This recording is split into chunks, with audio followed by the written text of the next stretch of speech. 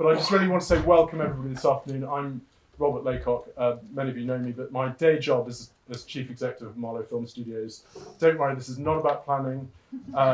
Instead, this is a summit really about something convened to understand the brimming opportunities ahead in the screen sector, particularly right here in Buckinghamshire for the next generation. So I've had the enormous privilege of being in the sector my entire life, and so I really want to advocate for the incredible life chances and transferable wisdom it brings. So with us on the journey today, we're really appreciative of the Royal Television Society and obviously, of course, the incomparable National Film and Television School. Thank you to them and the wonderful speakers ahead. And we have another welcome. Good afternoon. I'm Julia Lopez, Creative Industries Minister in the Department for Culture, Media and Sport. And I'm really pleased to kick off this summit today on delivering world-leading education pathways for film and television. Our film and TV industries are booming like never before, with last year seeing a record £6.3 billion spent on UK film and high-end TV production. The UK has become one of the most attractive destinations to make blockbuster productions, from Game of Thrones to Peaky Blinders and Obi-Wan Kenobi. A major driver of this success has been our commitment as a government to the film and TV sectors through our audio-visual tax reliefs and funding for the British Film Institute, British Film Commission, and of course the National Film and Television School. Our success is also driven by the fantastic studios and production facilities that we have on offer, including here in Buckinghamshire. We also have a hugely talented workforce, both in front of and of course behind the camera, and we recognise the challenge of making sure the industry has the skilled workforce it needs. It's estimated that the sector will need over 20,000 additional full-time employees by 2025. That's why we've tasked the BFI with leading a review of film and high-end TV skills. We'll continue to support the BFI on its review, making sure we maximise opportunities in an area where 1 in 5 young people say their dream job lies. Thank you so much for having me today, and I hope you have a really productive summit.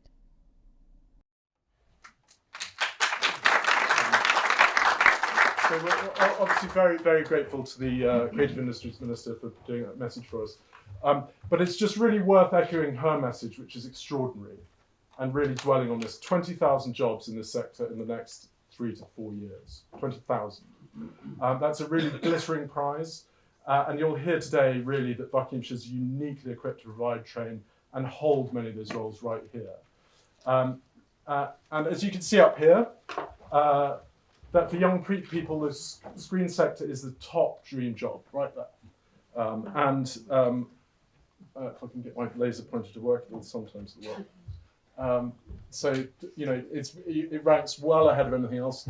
So this is the figure that she was talking about. 1 in 5, it's their dream job. And 2/3 of people would love to pursue or be told about this sector. But actually, in terms of accessibility, only 12% feel they're informed about the way of doing that. So they're really compelling, these stats, and these are available to take away. They're printed, or there's a QR code so you can actually review them. This is data from the BFI and research they've done, which is, the BFI are a really powerful advocate for the industry. So most evenings is going to be conversational, but I'm just going to take you through 1 or 2 things on my TED Talk. So look, this chart is one of the most incredible charts you'll see. So this is an extraordinary correlation between government policy and the ability of the UK to reach its fullest potential. So at the turn of the century, this is to do with film production expenditure in billions. Millions.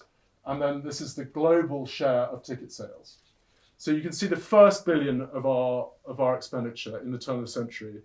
We captured around about 6 or 7%. And then here, this is the application of the film tax credit. And we then get the exponential growth up here. So to the second billion, we did pretty well, kind of in 10, 12% of the global ticket sales. But then, we get this extraordinary performance just before the pandemic of nearly 25% of global ticket sales. I mean, that is just astonishing. And bearing in mind UK GDP as a share of world economy is here. So this is where we have a 10x impact on really our national economy. and it's growing incredibly fast. But this application of tax credits is a virtuous circle. So, I mean, for an extra basically 1.5 billion, we get really 15% global share, and that's a tiny sum, and it shows how effective the catalytic application of government policy works. So that's an amazing efficiency, and particularly of note to Buckinghamshire here. So this is kind of the Potter effect, but this is the Star Wars effect. So when you get inward investment of the scale of Disney, and it's not huge amounts of money, it's just the faith in the sector to absolutely deliver. Obviously scattered through here are amazing other shows, probably made by people in this room, but Potter, there's a lot of Bonds up here. We like Bond. That accomplishment is incredible. So jobs, inward investment, and future opportunities are really directly embedded into this. And this wasn't magic out of thin air. It wasn't just about the political imperative. That we've got 100 years of an amazing sector leading up to this. So 100 years ago, we had the BBC founded, and Hitchcock was here in Bucks. Obviously, the war saw most of Europe's film industries go to the West Coast in America, and that was totally accidental. That was about light and about and not about talent, because obviously there were very few people in California at that point. So 78 years ago, Brief Encounter was filmed about 15 yards away on the high street here, one of the most iconic pieces of British cinema. 60 years ago, we invented the blockbuster at Pinewood, which was obviously a little film called Dr. No, really broke the mold, and we've been doing that for 60 years since. So 50 years ago, there was a scrappy crew led by George Lucas who made Star Wars in Hertfordshire. Kubrick was here in Pinewood. 40 years ago, we had the new wave of British success, Chariots of Fire, Run with the New Gandhi, not forgetting the amazing things that were going on at Pinewood, Batman, Superman. And then 30 years ago, we had an amazing other sequence of classics, Four Weddings, Full Monty, Notting Hill, Shakespeare in Love. So we've talked about the noughties. You just add things in like the Bourne films, and of course the King's Speech. And we probably hear a little bit about that later. So these amazing advances in the 2010s, but then you add on top of that The Crown, Game of Thrones, Bridgerton, Killing Eve, Fleabag, Downton Abbey, Sherlock Holmes, Peaky Blinders. So and apply Bond throughout this. So it's obvious that the world looks to the UK and to a great degree Bucks to be informed and entertained. I think it's worth drawing an analogy here. People often say that the US has the global reserve currency, but we as Brits have the benefit of the global reserve culture. Just really worth dwelling on that. Not because of our amazing cultural history of Shakespeare or Mary Shelley, who basically wrote Frankenstein in Marlow, but because we invent and create culture like no other nation, and much of it just a few miles from here.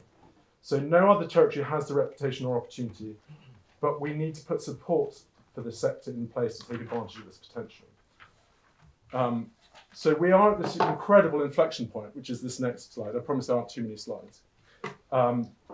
So 50% of the world's households are now connected to broadband. And this brings this enormous opportunity. So from 2013, streaming has gone from zip to this incredible sort of forecast, kind of £80 billion sector. So I'll show you some other stats here, but people have declared the death of Netflix. I mean, you ain't seen nothing yet. And we know that streaming, the killer app, is not Zoom or Teams, but it's content, and particularly British content, and the world is so keen. So this is interesting too. This is theatrical, which we do so well at. This is movies for the cinema, but you can sort of see, and this is indicated in the production figures, it's dwarfed by what's coming here for the world to consume content over streaming. So Netflix added 10 million subscribers in the last quarter of 2022. They've now got 231 million global subscribers. Amazing, but that's just the start of it if you look at where we're going. So how's our record on streaming? This is the same curve of what happens when you apply tax incentives to global share. So, we weren't doing too badly in the first this is the invention. This is when Lord Vesey applied his tax credits in 2013. High-end TV tax credit was basically the market was zip. So in the first billion, in the first few years, we did incredibly well. We've captured 7%, and then as it starts to explode, the industry comes under strain, and we get down to sort of here, where we dropped to half our share. But what we've done through working in basically outhouses, sheds, and barns, we've managed to kind of by hook or by crook get back up to here. Truly astonishing 2020. But if you look up here, it's still only 5.5% of the global share of potential investment. So we're used to reaching, probably 3 times that. So why are we off the pace? How do we pick up the pace? And maybe it's because we need to mobilise 2 things: people, which we're here to talk about, and facilities, both of which are really available with the right supportive decision making. And I hope there are a lot of decision makers here. So, so that in 6 or 7 years, there's going to be 100 billion of spend available, and so this again shows, shows this share relative. It's we're sort of flatlining. This is the forecast. Obviously, this is pretty much where we're forecast as a nation to get to, but we're leaving so much on the table here in this section because in the just before the pandemic, we reached way up here in terms of the global share. So just to be really clear about this, red is the current performance of the streaming sector in the UK. Yellow is our share of the available investment, and then blue is the available investment. So just in this is where Minister Lopez was talking about that by 2025, this number yields an extra 20,000 jobs. We won't take questions now, but we'll get to it later. So look, this is really one of the easiest bets that anybody can take economically. And the margins are huge here. So look, even if, just an extra 2% of the market share is a doubling of the industry. That's an incredible stat. So just that 2% replicates the entirety of our film industry, and it's a rounding error. So we've been up 2% before.